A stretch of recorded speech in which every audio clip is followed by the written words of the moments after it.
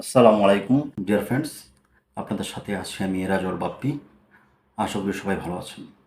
আপনারা দেখছেন মিক্সোলজি অফশট। এই রিটার্নের উপর নতুন একটি ভিডিও নিয়ে আপনাদের সামনে হাজির হয়েছি। আমি আমার আগের ভিডিওতে দেখিয়েছিলাম কীভাবে জিরো রিটার্ন সাবমিট করতে হয়, আর আজকের ভিডিওতে দেখাবো যাদের ট্যাক্স অ্যাপ্লিকেবল হয়েছে, অর্থাৎ মিনিমাম বা তার চেয়ে বেশি ট্যাক্স আপনাকে দিতে হবে, তারা চালান সহকারে কীভাবে ট্যাক্স সাবমিট করবেন সেটাই আজকের ভিডিওতে দেখাবো। আপনার অফিস থেকে যদি ট্যাক্স পেমেন্ট করে থাকে তাহলে অফিস থেকে একটি চালান কপি পাবেন। সেই চালান ই রিটার্নের ওয়েব পোর্টালে আপডেট করে কীভাবে রিটার্নটি সাবমিট করবেন তাই আজকের ভিডিওতে দেখিয়ে দেব। তাই ভিডিওটি না টেনে সম্পূর্ণ মনোযোগ সহকারে দেখবেন। তাহলে চলুন শুরু করা যাক। আমরা প্রথমে একটি ব্রাউজার ওপেন করব এবং সেখানে ই রিটার্ন লিখে সার্চ করব। সার্চ করার সাথে সাথে দেখেন ই রিটার্নের যে ওয়েব পেজটি সেটি চলে আসছে। আমরা এখানে যাই। এটি হচ্ছে এনবিআর এর ই রিটার্নের ইন্টারফেস। এখান থেকে আমরা এই ই রিটার্ন মাঝখানে যেটা আছে এখানে যাব। এখানে একটি উইন্ডো ওপেন হয়েছে। দেখেন are you registered in e return system, অর্থাৎ আপনি কি এনবিআর এর ই রিটার্ন সিস্টেমে রেজিস্ট্রেশন করেছেন কিনা। যদি না করে থাকেন তাহলে কিন্তু আপনি সাইন ইন করতে পারবেন না। সো আপনাকে আগে রেজিস্ট্রেশন করে আসতে হবে। আমি অলরেডি রেজিস্ট্রেশন করে ফেলেছি, তাই আই এম অলরেডি রেজিস্টার্ডে ক্লিক দিচ্ছি এবং আমাকে সাইন ইন পেজে নিয়ে আসছে। এটা হচ্ছে সাইন ইন পেজ। আপনাকে সাইন ইন করার জন্য আপনাকে টিন নাম্বার এবং পাসওয়ার্ড প্রোভাইড করতে হবে। সো আমরা এখানে টিন নাম্বারটা বসাই এবং এখানে পাসওয়ার্ড বসাচ্ছি এবং তার নিচে দেখেন একটা ক্যাপচা কোড আছে, সেটা টাইপ করতে হবে। এখানে আমরা টাইপ করি।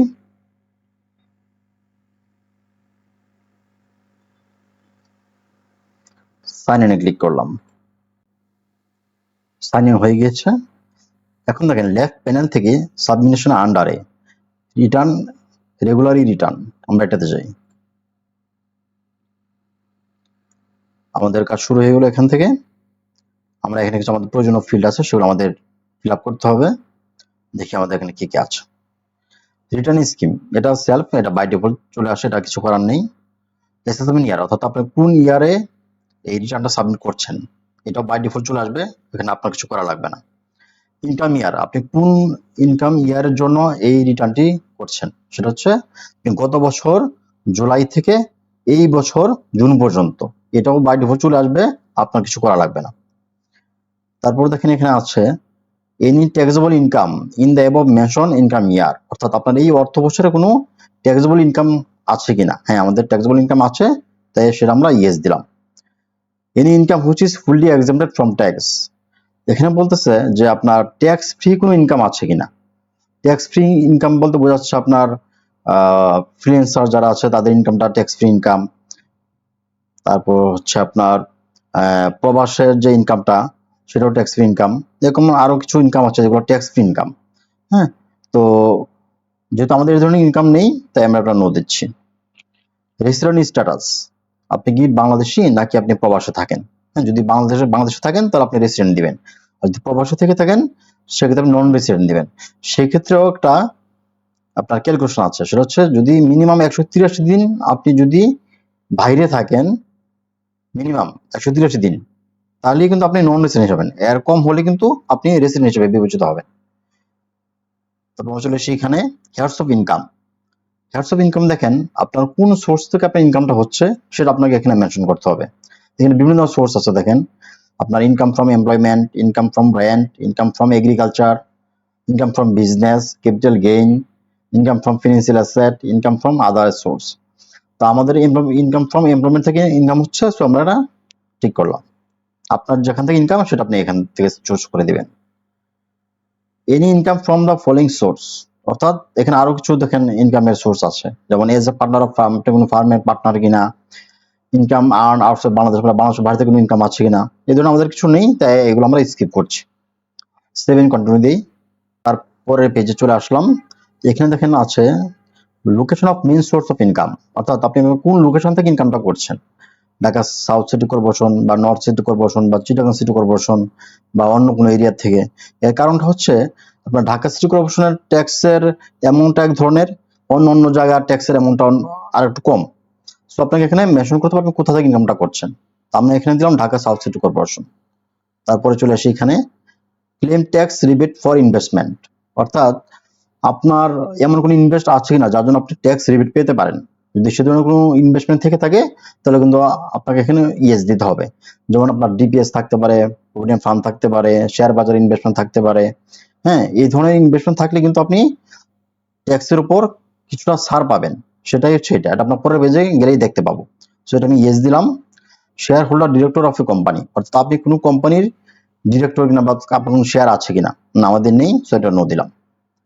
তারপরে এখানে দেখেন কি আছে, IT 10B requirements, gross wealth over 50 lakh, অর্থাৎ আপনার টোটাল ওয়েলথ সম্পদ 50 লাখের বেশি কিনা, না আমাদের 50 লাখের বেশি নাই, তাই নো দিলাম। ওন মোটন কার, আপনার নিজস্ব গাড়ি আছে কিনা, গাড়ি নেই, নো। কোন অফশোর প্রপার্টি, আপনার দেশের বাইরে কোনো প্রপার্টি আছে কিনা, নাই। Have house property in any city corporation, আপনার সিটি কর্পোরেশন আন্ডারে কোনো হাউস প্রপার্টি আছে কিনা, মানে বাড়ি ঘর আছে কিনা, থাকলে ইয়েস দিবেন, না থাকলে নো দিবেন। IT 10B may not be mandatory, still want to be submit, অর্থাৎ আইটি 10Bটা আপনি অলওয়েজ ইয়েস দিবেন। ইয়েসটা না দিলে আপনার পরে অ্যাসেট এন্ড লাইবিলিটি যে ঘরটা আছে সেটা কিন্তু আসবে না, সেই পেজটা কিন্তু আসবে না। সো এটা আপনাকে ইয়েস দিতে হবে। দেন আমরা 7 কন্টিনিউ দিই। আমরা ইনকাম ঘরে চলে আসলাম। এখানে আপনার টোটাল গত অর্থ বছরে কত টাকা ইনকাম হয়েছে তার একটা ব্রেকডাউন আপনি এখানে দিবেন। হ্যাঁ, আপনার কোন কোন খাত থেকে আপনার ইনকাম হয়েছে, কত টাকা হয়েছে, পুরোটাই আপনাকে এখানে দিতে হবে। সো আমি এখানে আপনাদের বোঝার সুবিধার্থে কিছু স্যাম্পল ভ্যালু ইউজ করেছি, অর্থাৎ ডামি ভ্যালু। হ্যাঁ, আমি আমার মতো করে কিছু ডামি ভ্যালু এখানে বসাই দিছি, এত টাকা বা তার পজিশন, তার কোম্পানির নাম, এগুলো আমি কিছু স্যাম্পল ভ্যালু বসাই দিছি। দেখেন, এমপ্লয়মেন্ট টাইপ, অর্থাৎ আমি কোন ধরনের চাকরি করি। হ্যাঁ, প্রাইভেট চাকরি না সরকারি চাকরি, সেটা এখান থেকে সিলেক্ট করতে হবে। যেমন আমি দিচ্ছি প্রাইভেট পাবলিক আদার দেন গভর্নমেন্ট পে স্কেল। আচ্ছা, তারপর দেখেন কোম্পানির নাম, নেম অফ দ্য এমপ্লয়ার আমি দিয়েছি XYZ, designation executive, share holder director, অর্থাৎ আপনি কোনো কোম্পানির শেয়ার হোল্ডার কিনা, মানে আপনি যেখানে চাকরি করেন সেখানে আপনি ডিরেক্টর কিনা। যদি থাকেন তাহলে আপনি টিক দিবেন, না থাকলে স্কিপ করে যাবেন। আচ্ছা, এই দেখেন পার্টিকুলার্স আন্ডারে দেখেন আপনাকে স্যালারি ব্যাকগ্রাউন্ডটা দিতে হবে। এখানে আপনার বেসিক স্যালারি কত, আপনি হাউস রেন্ট বাবদ কত টাকা পেয়েছেন, মেডিকেল অ্যালাউন্স বাবদ কত টাকা পেয়েছেন, কনভেন্স অ্যালাউন্স বাবদ কত টাকা পেয়েছেন, আপনার কোম্পানি থেকে সুযোগ গত অর্থ বছরে আপনি টোটাল কত টাকা পেয়েছেন তার একটা ব্যাকগ্রাউন্ড এখানে দিবেন। এবং এটা কিন্তু আপনি আপনার কোম্পানি থেকে স্যালারি স্টেটমেন্ট নিয়ে নেবেন। হ্যাঁ, যখন আপনি ট্যাক্সটা করবেন তার আগে কিন্তু আপনি কোম্পানি থেকে স্যালারি স্টেটমেন্ট চাবেন কোম্পানির কাছে, তখন তারা যে স্টেটমেন্টটা দিবে সেখানে পুরো ব্রেকডাউনটা দেওয়া আছে, আপনি ওটা দেখে দেখে এখানে বসাবেন যে আপনার বেসিক স্যালারি এই এক বছরে কত টাকা হয়েছে। আমি এখানে দিচ্ছি 5 লক্ষ টাকা, হাউস রেন্ট বাবদ পেয়েছি 2,06,000 টাকা, মেডিকেল অ্যালাউন্স 40,000 টাকা, এইভাবে আমি সবগুলো দেখেন বসাইছি। Convince allowance, festival bonus, employers contribution, অর্থাৎ এটা হচ্ছে পিএফ, অর্থাৎ আপনি কত টাকা কন্ট্রিবিউট করছেন এবং হচ্ছে কোম্পানি কত টাকা দিয়েছে, এখানে হচ্ছে কোম্পানি কত টাকা দিয়েছে সেটাকে এখানে বসানো লাগছে। তারপর হচ্ছে আপনার এখানে আরো দেখেন অনেক অপশন আছে এখানে। Education allowance, entertainment allowance, gratuity, other bonus যদি থেকে থাকে, লিভ অ্যালাউন্স, হ্যাঁ যারা আপনার আর্ন লিভের টাকা পাই, সেই ধরনের যদি কোনো বোনাস পেয়ে থাকেন আপনি, সেটা কিন্তু আপনি এখানে অ্যাড করবেন। আচ্ছা, আমাদের আর কোনো বোনাস নাই, সো আমরা পরের স্টেপে চলে যাই। নন ক্যাশ বেনিফিট, অর্থাৎ আপনি যেখানে চাকরি করেন সেখান থেকে এই ক্যাশ টাকার বাইরেও কি আপনি অন্য কোনো বেনিফিট পাচ্ছেন কিনা, যেমন আপনাকে কোম্পানি গাড়ি দিতে পারে, হ্যাঁ কোম্পানির পক্ষ থেকে আপনাকে ফ্ল্যাট দিতে পারে থাকার জন্য, যদি ওই ধরনের কোনো ফেসিলিটি থেকে থাকে সেটাও কিন্তু আপনি এখানে দিবেন। যেমন rent free accommodation at concessional rate, vehicle facility provided, other non cash benefit। তো আমাদের নেই, সো এগুলো আমরা স্কিপ করছি, আমরা পরের স্টেপে চলে যাই 7 কন্টিনিউ দিয়ে। এখন দেখেন রিবেট, এই যে আমরা একটু আগে বলে আসছিলাম যে রিবেটের জন্য আমাদের পরে পেজে কিছু কাজ আছে। এটা হচ্ছে আপনি তাদের কিছু ইনভেস্টমেন্টের ক্ষেত্র আছে যেখানে ইনভেস্ট করলে আপনি ট্যাক্সের উপর কিছুটা ছাড় পাবেন। আচ্ছা, কি কি আছে একটু আমরা দেখি। যেমন life insurance premium, deposit pension scheme, approved সঞ্চয়পত্র, হ্যাঁ এরকম দেখেন। আর প্রভিডেন্ট ফান্ড আছে এখানে, হ্যাঁ লিস্ট অফ স্টক শেয়ার, এই যে শেয়ার মার্কেটের কথা বললাম, এইসব জায়গায় যদি আপনি ইনভেস্ট করে থাকেন তাহলে কিন্তু আপনি এই টাকার উপর কর ছাড় পাবেন। হ্যাঁ, তো আমার আছে এখানে ডিপিএস, আমি এখানে উল্লেখ করছি ডিপিএস কোন ব্যাংকে, XYZ ব্যাংকের নাম দিলাম, তারপরে অ্যাকাউন্ট নাম দিয়েছি, এখানে অ্যাকাউন্ট নাম্বারটা দিলাম, ডিপোজিট অ্যামাউন্ট কত টাকা ডিপোজিট করেছি সেই অ্যামাউন্টটা দিতে হবে আপনাকে এখানে। তারপর হচ্ছে প্রভিডেন্ট ফান্ড, যেটা কোম্পানি এবং আমার কন্ট্রিবিউশন আছে, যেমন দেখেন এখানে দিচ্ছি এমপ্লয়ার নেম অর্থাৎ কোম্পানির নাম, সেলফ কন্ট্রিবিউশন, মানে আমি কত টাকা কন্ট্রিবিউট করেছি এই প্রভিডেন্ট ফান্ডে। আমি 24,000 দিয়েছি এবং কোম্পানি ঠিক সমপরিমাণ 24,000 টাকা দিয়েছে আমাকে। আমার আর কোনো ইনভেস্টমেন্ট নাই, তাহলে এই সবগুলো যোগ করে 60,000 আর ওখানে 48,000 হয়ে গেল 1,08,000 টাকা। এই 1,08,000 টাকা হচ্ছে আমার ইনভেস্টমেন্ট। এটার উপরে আমাকে ট্যাক্স ছাড় দিবে। কত টাকা ছাড় দিবে সেটা আমরা লাস্ট পেজে গিয়ে দেখতে পাবো যে আসলে আমার কত টাকা ট্যাক্স আসছে আর কত টাকা আমাকে ছাড় দিয়েছে, এরপর আমার কত টাকা পেমেন্ট করতে হবে। তাহলে আমরা চলে যাই নেক্সট পেজে 7 কন্টিনিউ দিয়ে। আচ্ছা, আমরা পরের পেজে চলে আসলাম। এটা হচ্ছে এক্সপেন্ডিচার, অর্থাৎ আপনি গত অর্থ বছরে, গত 1 বছর আপনি টোটাল কত টাকা খরচ করেছেন, কোন কোন খাতে খরচ করেছেন সেটার একটা বিবরণ আপনি এখানে দিবেন। হ্যাঁ, এটা আপনি সংক্ষেপে করতে পারেন, ডিটেলসও দিতে পারেন। যেমন expense for food, clothing and other essential, অর্থাৎ আপনার খাবার বাবদ, আপনার পোশাক আশাক এবং অন্যান্য বাবদ আপনি টোটাল কত টাকা খরচ করেছেন। এখানে আমি একটা অ্যামাউন্ট আনুমানিক বসিয়ে দিয়েছি, এখানে 2 লক্ষ টাকা। হ্যাঁ, আপনি আপনার মতো করে একটা যেটা হয় আপনার খরচ প্রতি বছর সেটা আপনি এখানে বসাই দিবেন। তবে একুমুলেশন অফ এক্সপেন্স, অর্থাৎ আপনার বসবাসের জন্য আপনার টোটাল কত টাকা খরচ হয়েছে। বাসা ভাড়া হতে পারে সেটা, যে আপনার প্রতি মাসে 15,000 20,000 বাসা ভাড়া দিচ্ছেন, 1 বছর শেষে আপনার এত টাকা বাসা ভাড়া হয়েছে, এই টোটাল অ্যামাউন্ট আপনি এখানে দিয়ে দিবেন। যেমন আমি এখানে দিয়েছি 1,76,000 টাকা। তারপর আপনি এখানে আরো ব্রেকডাউন করতে পারবেন, যেমন অটো অ্যান্ড ট্রান্সপোর্টেশন এক্সপেন্স, অর্থাৎ আপনার ট্রান্সপোর্ট বাবদ, হ্যাঁ আপনার যাতায়াত বাবদ যে খরচটা সেটা আপনি এখানে দিতে পারবেন চাইলে, এই যে এখানে অ্যাড করা যায়। আমরা এখানে আর দিই নেই, আমি এই টোটাল অ্যামাউন্টটাই এখানে একসাথে দিয়েছি আর কি। আপনি চাইলে আলাদা করে দিতে পারবেন। এখানে দেখেন আরো অনেক অপশন আছে, household and utility expense. আপনার হাউস হোল্ডের মধ্যে থাকে অনেক কিছু থাকে, আপনার কারেন্ট বিল, তারপর হচ্ছে আপনার গ্যাস, নেটের বিল, এগুলো যদি থাকে এগুলো আপনি এখানে দিয়ে দিবেন। তারপর এখানে দেখেন এগুলো সবগুলো যোগ হয়ে আসছে কি total expense relating to life style, অর্থাৎ আমার লাইফ স্টাইল রিলেটেড যে এক্সপেন্সটা সেটা হচ্ছে 3,76,000 টাকা আসছে। আর কোন এক্সপেন্স আছে কিনা দেখি আমরা।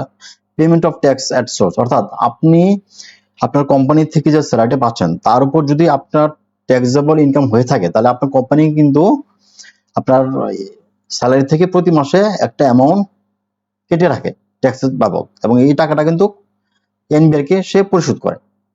তো ওই যে যে টাকাটা পরিশোধ করছে এটা কিন্তু আপনি যদি আপনার স্যালারি স্টেটমেন্ট যখন নেবেন ওখানে কিন্তু উল্লেখ থাকবে যে আপনার এত টাকা আপনার এই বছর ট্যাক্স কাটা হয়েছে, ওই টাকাটা আপনি এখানে উল্লেখ করবেন। যেমন আমি এখানে দিয়েছি 5,000 টাকা, মিনিমাম একটা ট্যাক্স কাটছিল, ওই 5,000 টাকা ওইটা এটা আমি এখানে উল্লেখ করে দিচ্ছি। এটা একটা ডেমো আর কি। হ্যাঁ, আচ্ছা, আপনার যত টাকা কাটা আপনি এখানে দিয়ে দিবেন এটা। তাহলে আপনার টোটাল কত টাকা এক্সপেন্স হলো, এখানে 3,76,000 টাকা আর হচ্ছে 5,000 টাকা ট্যাক্স কাটছে, টোটাল হচ্ছে 3,81,000 টাকা এক্সপেন্স। আমরা 7 কন্টিনিউ দিয়ে তারপরে পেজে চলে যাই। Asset and liabilities. আচ্ছা, এই রিটার্নের সবচেয়ে গুরুত্বপূর্ণ পেজ হচ্ছে এটি, অ্যাসেট এন্ড লাইবিলিটিস। এইখানে এসে কিন্তু আমাদের হিসাব মিলানো অনেকের, তো এখানে একটু মনোযোগ সহকারে ভালোভাবে ক্যালকুলেশন করতে হবে। এখানে আমরা কি কি করব, এখানে হচ্ছে আপনার টোটাল অ্যাসেট, মানে আপনার সম্পদ, টাকা পয়সা হোক, আপনার ঘর বাড়ি হোক, গাড়ি হোক, হ্যাঁ যত টাকা সম্পদ আপনার আছে এই সমস্ত সম্পদ আপনার এখানে অ্যাড করতে হবে। এবং একই সাথে আপনার যখন লায়াবিলিটিস থেকে থাকে, যেমন আপনার লোন থাকতে পারে, ব্যাংক থেকে লোন নিছেন বা আপনি কোনো ব্যক্তির কাছ থেকে লোন নিছেন, সেটাও আপনাকে এখানে উল্লেখ করতে হবে। অটো ফিল নামে একটা অপশন আছে, আপনাদের কাজের সুবিধার্থে, এটা গত বছর ছিল না, এই বছর নিয়ে আসছে ওনারা।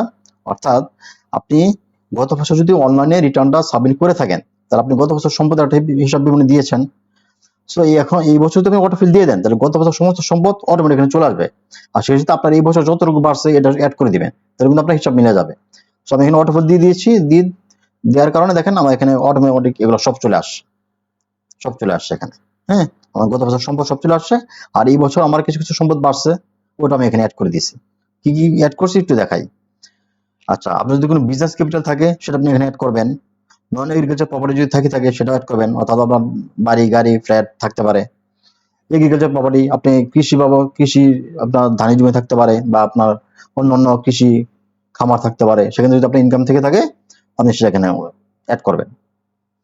ফিনান্সিয়াল অ্যাসেট দেখেন অনেকগুলো অপশন আছে, সঞ্চয়পত্র আছে, এফডিআর আছে, ডিপিএস আছে। তো আমরা ডিপিএসটা এখানে দিয়েছি যে আমার কত টাকা ডিপিএস। আচ্ছা, এখানে দেখেন ডিপিএস দিয়ে অ্যাড করলাম। ডিপিএস কোন ব্যাংকে আছে, ব্যাংকের নাম দিলাম XYZ, অ্যাকাউন্ট নাম্বার দিলাম এখানে, আর ব্যালেন্স অ্যামাউন্ট, হ্যাঁ কত টাকা ব্যালেন্স আছে এখন ডিপিএস এ। ধরুন গত বছর শুরু করছি 5,000 টাকা করে, 5 বছর 60,000 টাকা জমা হয়েছে আমার 60,000 টাকা আছে। আচ্ছা, তারপর চলে আসছে এখানে provident fund and other fund, অর্থাৎ আপনার প্রভিডেন্ট ফান্ড আছে কিনা। হ্যাঁ, আমার প্রভিডেন্ট ফান্ড আছে। ওই আমার কোম্পানি থেকে প্রতি মাসে একটা টাকা আমার স্যালারি থেকে কেটে রাখে এবং সমপরিমাণ টাকা কোম্পানি প্রোভাইড করে। তো ওইটা হচ্ছে আমার প্রভিডেন্ট ফান্ড। যেমন এখানে দিচ্ছে আরপিএফ। আরপিএফ হচ্ছে রিকগনাইজড প্রভিডেন্ট ফান্ড। তবে অ্যাকাউন্ট নাম্বার, এই ক্ষেত্রে অথবা আপনি অ্যাকাউন্ট নাম্বারটা নাও জানতে পারেন, কারণ অ্যাকাউন্ট নাম্বারটা তারা কোথায় রাখছে এটা আপনাকে অথবা বলবে না। হ্যাঁ, সো এটা ফাঁকা রাখবেন যদি না জানেন, আর জেনে থাকলে সেটা আপনি এখানে দিয়ে দিবেন।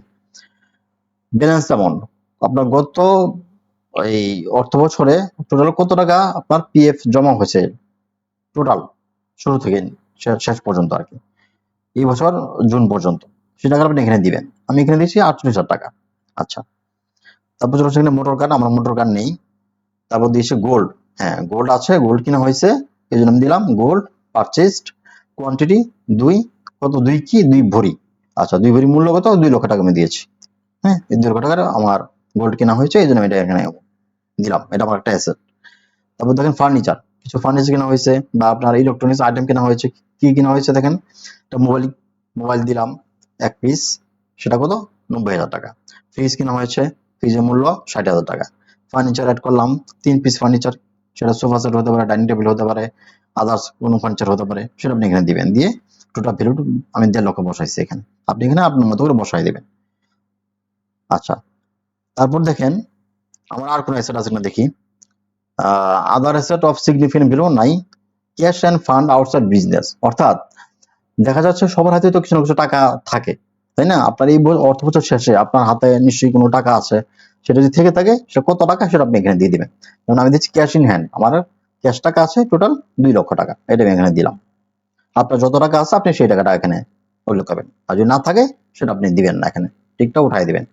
আচ্ছা, তারপর দেখেন আমার এখানে অ্যাসেটের ঘরে আমার যা যা ছিল আমি সব অ্যাড করে ফেলছি।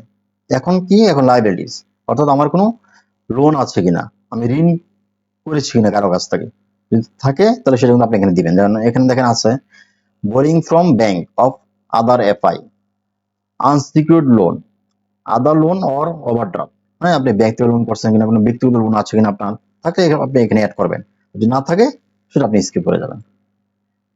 আদার আউটফ্লো, দেখেন অ্যানুয়াল লিভিং এক্সপেন্স, এই যে আমরা আগের পেজেই দেখেন করে আসছি, এই এক্সপেন্ডিচারে আমরা টোটাল কত খরচ হয়েছে গত অর্থ বছরে, এটা কিন্তু এখানে চলে আসে অটোমেটিক, এই 3,21,000 টাকা খরচ হয়েছে।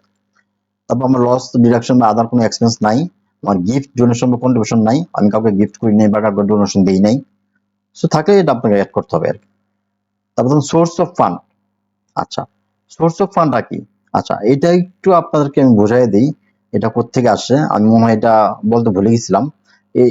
এর জন্য আপনাকে যাইতে হবে ইনকামের ঘরে আসতে হবে, আমরা একটু ইনকামের ঘরে যাই। আচ্ছা, এই যে আমরা এখানে ইনকামটা বসাইছিলাম, হ্যাঁ, এই বসানোর পরে এই ইনকামের উপর বেস করে আমার কত টাকা উপর ট্যাক্স আসবে এটা কিন্তু এখানে দেখা যায়। কিভাবে দেখা যায় দেখেন, আমি যদি এই যে এমপ্লয়মেন্ট সামারি, এখানে একটা দেখেন অপশন আছে, এটা আমরা যাই, এইখানে আসলে দেখতে পাবেন আমার যত টাকা টোটাল আমি এখানে অ্যাড করেছি ইনকাম, এই যে basic salary, house rent, medical allowance সব চলে আসছে এখানে, সবগুলো যোগ করলে কত টাকা হয়, 9 লক্ষ টাকা হয়। আমাকে 9 লক্ষ টাকার উপর ট্যাক্স দেওয়া লাগবে না, সরকার এখানে একটা সিস্টেম করে দিয়েছে, কি করেছে দেখেন, এই 9 লক্ষ টাকা এখানে চলে আসছে, দেখেন টোটাল অ্যামাউন্ট। এখন এই অ্যামাউন্টটাকে আপনি 3 দিয়ে ভাগ করবেন, 3 দিয়ে ভাগ করলে কত আসে দেখেন, 3 দিয়ে ভাগ করলে 3 লক্ষ টাকা হয়, 3 লক্ষ হয়। আচ্ছা, এই 3 দিয়ে ভাগ করার পরে যে অ্যামাউন্টটা আসবে, সেই অ্যামাউন্টটা যদি 4.5 লক্ষ থেকে ছোট হয়, তাহলে সেই অ্যামাউন্টটা এখানে অটোমেটিক বসে যাবে। দেখেন অটোমেটিক বসে গেছে, কিন্তু 4.5 লক্ষ থেকে এই অ্যামাউন্টটা ছোট বসে গেছে। আর যদি এই অ্যামাউন্টটা 4.5 লক্ষ থেকে বড় হয়ে যায়, তাহলে 4.5 লক্ষ ছোট হয়ে গেল, সেক্ষেত্রে এখানে 4.5 লক্ষ বসে যাবে অটোমেটিক, আপনার কিছু করা লাগবে না। তখন এই টোটাল অ্যামাউন্ট থেকে আপনার ইনকাম থেকে এই অ্যামাউন্টটা বাদ যাবে, 4.5 লক্ষ হতে পারে অথবা তার চেয়ে কম হলে ওই অ্যামাউন্টটা বাদ গেলে দেখেন আমার এখানে আসছে কত, 6 লক্ষ টাকা। এই যে 3 লক্ষ টাকা যেটা, এটা কিন্তু আমার ট্যাক্স ফ্রি ইনকাম, মানে এটার উপর কোনো ট্যাক্স দেওয়া লাগবে না। আমার টোটাল ইনকাম 9 লক্ষ টাকা, তারা মকুব করে দিচ্ছে 3 লক্ষ টাকা, তো বাকি থাকে 6 লক্ষ টাকা, এই 6 লক্ষ টাকার আমার ট্যাক্স আসবে। আচ্ছা, এটাই কিন্তু আমরা ওখানে দেখতে পাচ্ছি এই পেজে অ্যাসেট এন্ড লায়াবিলিটিস।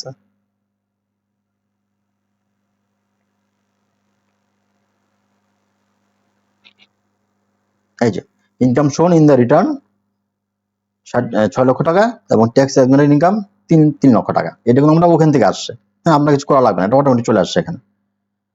দেন আদার রিসিভেন্ট, অর্থাৎ আপনি কারো কাছ থেকে টাকা নিয়েছেন কিনা, পেয়েছেন কিনা, আপনার ওয়াইফ হতে পারে, বাবা মা হতে পারে, যদি থেকে থাকে সেটা আপনি এখানে দিবেন। হ্যাঁ, যদি পেয়ে থাকেন এখান থেকে আপনি অ্যামাউন্টটা দিবেন, এত টাকা আপনি গিফট পেয়েছেন বা আপনার বাবা মা আপনাকে দিয়েছে। আমার নাই, সেটা আমি স্কিপ করলাম। Net wealth of previous income year, অর্থাৎ আপনি গত বছর যখন আপনার ট্যাক্স রিটার্ন জমা দিয়েছেন, সেই রিটার্নে কিন্তু বলা আছে যে আপনার টোটাল নেট ওয়েলথ কত টাকা, ওইটা আপনি দেখে নেবেন আগের বছরের এই ট্যাক্স সার্টিফিকেট থেকে। সেই অ্যামাউন্ট আপনি এখানে বসাই দিবেন। যেমন আমার এখানে ছিল 2,99,000 টাকা, এটা আমি এখানে বসাই দিলাম। আচ্ছা, তারপর চলে আসেন সামারিতে, অর্থাৎ আপনি এখানে উপরে যা যা অ্যাড করছেন বা লোন অ্যাড করছেন সবকিছু কিন্তু সামারি এখানে চলে আসছে। এইখানে একটা ইম্পর্টেন্ট একটা পোর্শন আছে, সেটা হচ্ছে ডিফারেন্স। এই ডিফারেন্সের ভ্যালুটা কিন্তু অবশ্যই আপনাকে জিরো হওয়া লাগবে। যদি জিরো না হয় তাহলে বুঝবেন যে আপনার এখানে ক্যালকুলেশনে ভুল হয়েছে। হ্যাঁ, আপনার কোথাও ভুল হয়েছে, সেটা আপনাকে কারেকশন করে আসতে হবে। এখানে প্লাস অ্যামাউন্ট বা আপনার মাইনাস অ্যামাউন্ট কোনটা থাকা যাবে না, অবশ্যই জিরো হতে হবে। আমার দেখেন জিরো চলে আসছে। কিভাবে আসছে একটু দেখাই দিই আপনাদেরকে। আমার গ্রস ওয়েলথ, আমার টোটাল এই যে এখানে ওয়েলথ অ্যাড করছি, দেখেন আমি এই ডিপিএস এর টাকা অ্যাড করছি, প্রভিডেন্ট ফান্ডের টাকা অ্যাড করছি, আমি গোল্ড কিনছি, যে টাকার ফার্নিচার কিনছি, হ্যাঁ, আমার ক্যাশ কত টাকা আছে, এই সমস্ত টাকা যোগ করে দেখেন আমার চলে আসছে এখানে 8,08,000 টাকা। তারপর দেখুন টোটাল লাইবিলিটিস, আমার কোনো লাইবিলিটিস নাই, মানে আমার কোনো লোন টোন নাই, এই জন্য জিরো চলে আসছে। নেট ওয়েলথ, অর্থাৎ আমার টোটাল নেট ওয়েলথ কত টাকা, তাহলে আমার যেহেতু 8,08,000 টাকা হচ্ছে আমার টোটাল এই বছরের ওয়েলথ, সো এটাই আমার নেট ওয়েলথ। হ্যাঁ, এটা এই বছরের আর কি। আচ্ছা, net wealth at the last date of previous income year, অর্থাৎ আপনার গত বছর শেষে আপনার কত টাকা নেট ওয়েলথ ছিল, এই যে আমরা এখানে বসাইছিলাম 2,99,000 টাকা, এটাই এখানে চলে আসছে, দেখেন 2,99,000 টাকা চলে আসছে। তো চেঞ্জ ইন নেট ওয়েলথ, অর্থাৎ তাহলে কত টাকা আপনার চেঞ্জ হইলো, গত বছর ছিল 2,99,000 টাকা, আর এই বছর টোটাল ওয়েলথ আপনার কত হইলো 8,08,000 টাকা। সো এটা থেকে এটা বাদ দিলে যে টাকাটা থাকবে, এটা হচ্ছে আপনার চেঞ্জ ইন নেট ওয়েলথ। কত টাকা আপনার পরিবর্তন হয়েছে এই বছর, এক বছরে 5,19,000 টাকা আমার কিন্তু বেশি এবার সম্পদ বাড়ছে। আচ্ছা, তারপরে আদার fund outflow during income year, অর্থাৎ আমার গত ইনকাম ইয়ারে বছরে টোটাল কত টাকা খরচ হয়েছে, এটা কিন্তু এখানে চলে আসছে, দেখেন এই 3,81,000 টাকা। তো আমার টোটাল ইনকাম থেকে এই টাকাটা হচ্ছে আমার ওয়েলথ হিসেবে আছে, আর এই টাকাটা আমি খরচ করছি, তো এই দুটো যোগ করলে কত টাকা হয়, এই দেখেন টোটাল ফান্ড অফ আউটফ্লো 9 লক্ষ টাকা মিলে গেছে আমার। এটা আমার এখন সম্পদ এই বছরের, আর এই বছর আমি খরচ করি কত টাকা, এই 9 লক্ষ টাকা হিসাব হচ্ছে এখানে মিলে গেছে, দেখেন 9 লক্ষ টাকা, এটা সোর্স অফ ফান্ড। সো আমার ডিফারেন্স কি, জিরো চলে আসে। তো এটা কিন্তু আপনার জিরো হতেই হবে। জিরো না হলে কিন্তু আপনার ক্যালকুলেশন ভুল। সো আমরা সেভ এন্ড কন্টিনিউ পরে পেজে চলে যাই। ট্যাক্স পেমেন্ট, আচ্ছা, এখানে দেখেন ওই যে যেটা বললাম যে আপনার লাস্ট পেজে আসলে আপনি কিন্তু দেখতে পাবেন যে আপনার টোটাল কত টাকা ট্যাক্স আসছে এবং কত টাকা রিবেট পাইছেন, এটা আমরা এখন দেখি। ইনকাম ফ্রম এমপ্লয়মেন্ট, অর্থাৎ আপনার টোটাল 9 লক্ষ টাকা ইনকাম ছিল, তার মধ্যে 3 লক্ষ টাকা তো মওকুফ হয়ে গেছে, বাকি 6 লক্ষ টাকা ইনকাম থাকে, ওই 6 লক্ষ টাকার উপর আপনার ইনকামটা এখন ট্যাক্সটা আসবে। এই দেখেন এখানে 6 লক্ষ টাকা চলে আসছে, এখানে সবই জিরো, এগুলা আপনার তেমন দেখা লাগবে না, আপনি চলে আসেন এখানে, এই যে টোটাল ইনকাম 6 লক্ষ টাকা, আর ট্যাক্স এক্সাম্পটেড ইনকাম 3 লক্ষ টাকা, ওই যে আপনাকে যেটা ছাড় দিছে এটার উপর ট্যাক্স আসবে না এটার উপরে। আচ্ছা, এখন দেখেন gross tax before tax rebate, আপনি তো ওই যে অলরেডি 1,08,000 টাকা ইনভেস্ট করছেন ডিপিএস আর হচ্ছে প্রভিডেন্ট ফান্ডে, সো ওইটার উপর কিন্তু আপনি একটা রিবেট পাবেন, ছাড় পাবেন, কত টাকা ছাড় পাবেন সেটা আমরা দেখতেছি এখন। আচ্ছা, আপনি ছাড় ছাড়া, অর্থাৎ ধরেন আপনি কোনো ছাড় পান নাই, ছাড় ছাড়া আপনার টোটাল ট্যাক্স আসছে 15,000 টাকা। দেখেন আপনাকে এই বছর এই যে 6 লক্ষ টাকার উপর 15,000 টাকা ট্যাক্স দিতে হবে আপনাকে, যদি আপনার কোনো ইনভেস্টমেন্ট না থাকে, রিবেট না পান, কিন্তু আপনি কিন্তু ইনভেস্ট করছেন, সো এখানে আপনাকে তারা একটা রিবেট দিবে, কত টাকা রিবেট দিবে সেটা আমরা দেখি। এই দেখেন ট্যাক্স রিবেট চলে আসছে এখানে, আপনি যে ইনভেস্টটা করছেন তার উপর কিন্তু আপনি 16,200 টাকা মওকুফ পাইছেন, অর্থাৎ এই টাকাটা আপনার দেওয়া লাগবে না, এই টাকাটা তারা আপনাকে ছাড় দিছে। সো আপনার টোটাল ট্যাক্সই আসছে 15,000 টাকা, আপনি ছাড় পেয়ে গেছেন 16,200 টাকা, মানে আপনি আরো বেশি ছাড় পেয়ে গেছেন, তারপরে হচ্ছে আপনার এক্সট্রা কোনো টাকা দেওয়া লাগবে না এখানে। হ্যাঁ, কিন্তু আপনার যদি এখানে ধরেন যে আপনার ট্যাক্স আসছে 20,000 টাকা, আপনার ট্যাক্স রিবেট পাইছেন 16,000 টাকা, তাহলে আপনার এক্সট্রা 4,000 টাকা থাকে, সেই টাকাটা আপনার পেমেন্ট করা লাগতো। আচ্ছা, কিন্তু আপনার এই যে ছাড় পাওয়ার পরেও কিন্তু যেহেতু আপনার ট্যাক্সেবল ইনকাম আপনার আছে, অর্থাৎ আপনি ট্যাক্স আওতায় ঢুকে গেছেন, তাহলে কিন্তু আপনাকে মিনিমাম একটা ট্যাক্স আপনার সরকারকে দিতে হবে। সেটা কত, সেটা হচ্ছে আপনার ওই যে কোন এরিয়ার উপর ডিপেন্ড করে, আপনি কোন এরিয়াতে ইনকামটা করছেন। যেমন ঢাকা সিটি কর্পোরেশন হলে সেক্ষেত্রে কিন্তু আপনার 5,000 টাকা মিনিমাম ট্যাক্স দেওয়া লাগে, যে আপনার কিন্তু অলরেডি ট্যাক্স মওকুফ হয়ে গেছে, কিন্তু ট্যাক্স নাই কিন্তু আসলে, তারপরে কিন্তু আপনাকে মিনিমাম ট্যাক্স দিতে হবে। এই অ্যামাউন্টটা দেখেন এই যে এখানে চলে আসছে, দেখেন net tax after tax rebate, অর্থাৎ আপনি ট্যাক্স রিবেট করার পরেও কিন্তু আপনাকে 500 টাকা দেওয়া লাগবে। আচ্ছা, তারপর আমাদের মিনিমাম ট্যাক্স কত আসছে? 5,000 টাকা আসছে, তার মানে মিনিমাম ট্যাক্স এটা। সারচার্জ নাই। আচ্ছা, এখন দেখেন টোটাল অ্যামাউন্ট পেবল, আপনাকে 5,000 টাকা পেমেন্ট করতে বলতেছে তারা।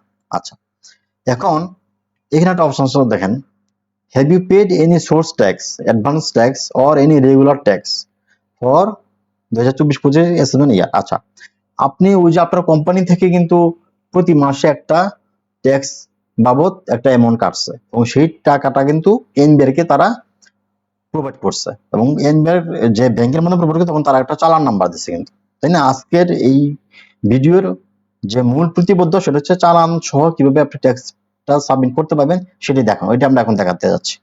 আচ্ছা, তো আপনি কিন্তু অলরেডি ট্যাক্স পে করছেন, হ্যাঁ, আপনাকে 5,000 টাকা দিতে বলছে, আপনি কত টাকা ট্যাক্স পে করছেন সেটা আপনি জানেন। আপনি কিন্তু ওই যে এক্সপেন্সে বলে আসছিলেন যে আমার 5,000 টাকা ট্যাক্স কাটছে কোম্পানি, মিনিমাম যে ট্যাক্সটা ওটা কেটে ফেলছে। ওইটাই কিন্তু এখন যদি আপনি না দেখান তাহলে তো আপনি এখান থেকে এটা সাবমিট করতে পারবেন না আসলে। হ্যাঁ, আপনাকে টাকা পেমেন্ট না করার পর্যন্ত আপনাকে সাবমিট করতে দিবে না। আর আপনি যদি টাকা পেমেন্ট করে ফেলেন তো সেটা আপনাকে এখানে ঢুকাইতে হবে। কোথায় ঢুকবো সেটা আমরা দেখি। আপনি এখানে দিবেন have you paid any source tax, হ্যাঁ আমি পেড করছি, তাহলে আপনি ইয়েস দিবেন। ইয়েস দিলাম। Do you need to update your tax payment status, আপনি কি এটা আপডেট করতে চান? হ্যাঁ আমি আপডেট করতে চাই। আপডেট না করলে কিন্তু আপনাকে এখানে প্রসিড করতে দেবে না পরবর্তীতে আর, সো আপনাকে আপডেট করে আসতে হবে। এখানে ইয়েস দিলেই আপনাকে অন্য একটা ইন্টারফেসে নিয়ে যাবে, এখান থেকে সোজা কথা আপনি বেরিয়ে যাবেন। সো আমরা ইয়েস দিই। আচ্ছা, আমরা দেখেন নতুন একটি পেজে চলে আসছি। এইখান থেকে আমরা আমাদের চালানটা অ্যাড করব। ক্লেম সোর্স ট্যাক্স, দেখেন এইটাতে আমরা একটু যাই।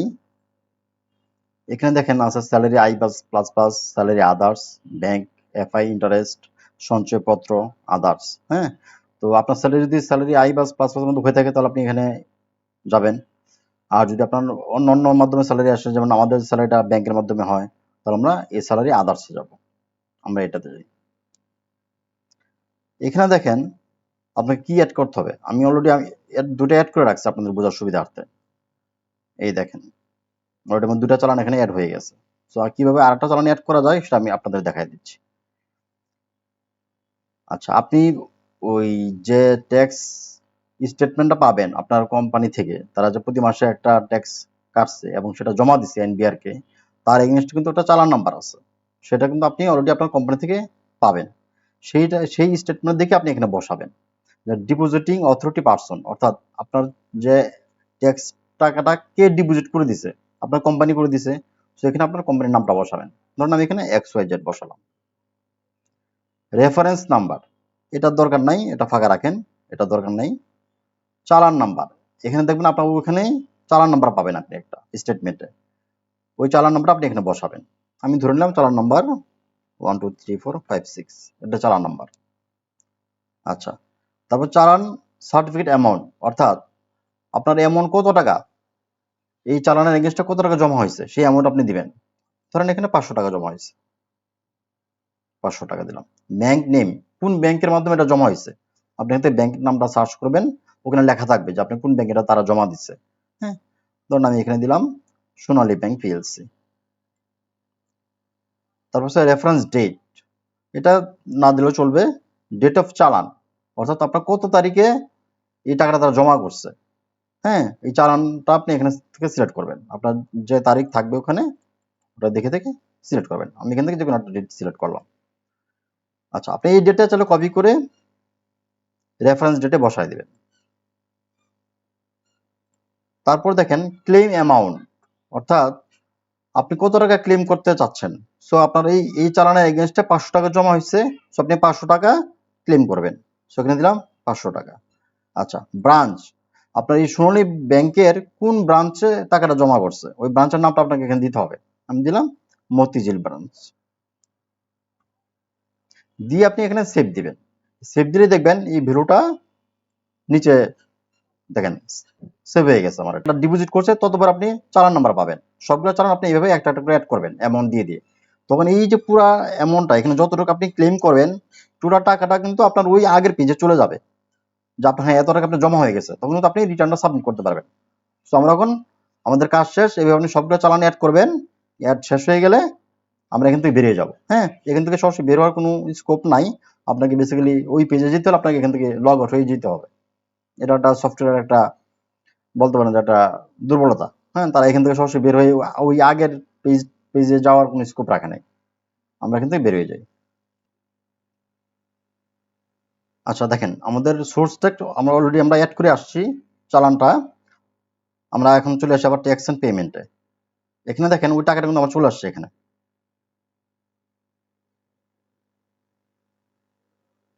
এই দেখেন সোর্স ট্যাক্স, এই যে 5,000 টাকা, আপনি ওখানে যত টাকা অ্যাড করবেন ঠিক তত টাকা এখানে চলে আসবে।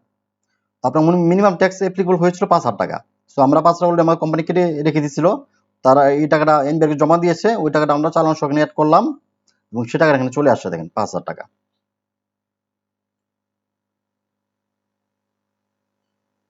টোটাল পেমেন্ট 5,000 টাকা, ফাইনাল পেয়েবল। হ্যাঁ, এখানে একটা সামারি দাঁড়াইছে কি দেখেন, টোটাল অ্যামাউন্ট পেয়েবল অর্থাৎ আপনাকে পরিশোধ করতে হবে 5,000 টাকা, টোটাল পেমেন্ট করা হয়েছে 5,000 টাকা। সো আপনার আর কোনো পেয়েবল নাই, 0 টাকা পেমেন্ট। হ্যাঁ, আর কোনো কিছু দেয়া লাগবে না। এখন দেখেন প্রসিড টু অনলাইন রিটার্ন, আপনার সব কাজ শেষ মোটামুটি। এখন আমরা এটাতে ক্লিক দিলে কি হবে, একটা ওভারভিউ দাঁড়াবে টোটাল পিডিএফ আকারে, আপনি এটা টোটাল যা যা এখানে ফিল আপ করছেন সব কিছু একটা গ্লান্স দেখতে পাবেন। সো আমরা এটাতে ক্লিক করি, প্রসিড টু অনলাইন রিটার্ন। এই দেখেন চলে আসছে প্রসিড টু অনলাইন রিটার্নে। এখানে আপনার নাম দেখাবে, আপনি যা যা এড করে আসছেন, হ্যাঁ সমস্ত ইনফরমেশন আপনি এখানে পাবেন। টোটাল অ্যাসেট কত টাকা, টোটাল ইনকাম কত টাকা হয়েছে, আপনার নেট ওয়েলথ কত টাকা, সব কিছু আপনার এখানে চলে আসবে। আপনি পুরোটা ভালোভাবে মনোযোগ সহকারে দেখবেন। যদি এখানে আপনার কোনো কিছু মনে হয় যে কোনো ভুল হয়েছে, তাহলে কিন্তু আপনাকে আবার এডিট করে আসতে হবে। এখনো কিন্তু আমরা রিটার্নটা সাবমিট করি নাই। সো সাবমিট করার আগ পর্যন্ত আপনি কিন্তু এটা এডিট করতে পারবেন। এই দেখেন সবার নিচে আছে সাবমিট রিটার্ন, আপনি যদি সাবমিট রিটার্নে ক্লিক দিয়ে দেন তাহলে কিন্তু আপনার রিটার্নটা সাবমিট হয়ে যাবে। তার মানে কি আপনার এই অর্থ বছরের জন্য আপনার রিটার্ন আপনি সাবমিট করে ফেলছেন, তখন কিন্তু আপনি আর চাইলেও এডিট করতে পারবেন না এটা। হ্যাঁ, সো আপনি এই সাবমিট রিটার্ন দেওয়ার আগে অবশ্যই পুরোটা ভালোভাবে দেখবেন কোথাও ভুলভ্রান্তি আসছে কিনা, থাকলে সেটা এডিট করে সংশোধন করে আসবে। সো আমরা এটা আর ক্লিক দিচ্ছি না এখন। আমাদের মোটামুটি সমস্ত কিভাবে আপনি একটা রিটার্ন সাবমিট করবেন পুরো প্রসেসটা চালান সহ সেটা আজকে দেখালাম। আর এই সাবমিট রিটার্নটি দেওয়ার সাথে সাথে আপনার রিটার্ন সাবমিট হয়ে যাবে এবং সাবমিট হওয়ার পর আপনি রিটার্নের অ্যাকনোলেজমেন্ট কপি এবং রিটার্ন সার্টিফিকেট দুটোই আপনি ডাউনলোড করতে পারবেন সাথে সাথে। সেই দুটো আপনি ডাউনলোড করে আপনার নিজের কাছে রেখে দেবেন। আশা করি আজকের ভিডিওটি থেকে আপনারা কিছুটা হলেও উপকৃত হবেন। আজকের ভিডিওটি যদি আপনাদের ভালো লেগে থাকে তাহলে অবশ্যই আমার ভিডিওটি লাইক, কমেন্ট এবং শেয়ার করে দেবেন এবং অবশ্যই আমার চ্যানেলটি সাবস্ক্রাইব করতে ভুলবেন না। তাহলে আজকে এই পর্যন্তই, খুব শীঘ্রই ইনশাল্লাহ দেখা হবে নতুন কোনো ভিডিওতে। টিল দেন, আল্লাহ হাফেজ, আসসালামু আলাইকুম।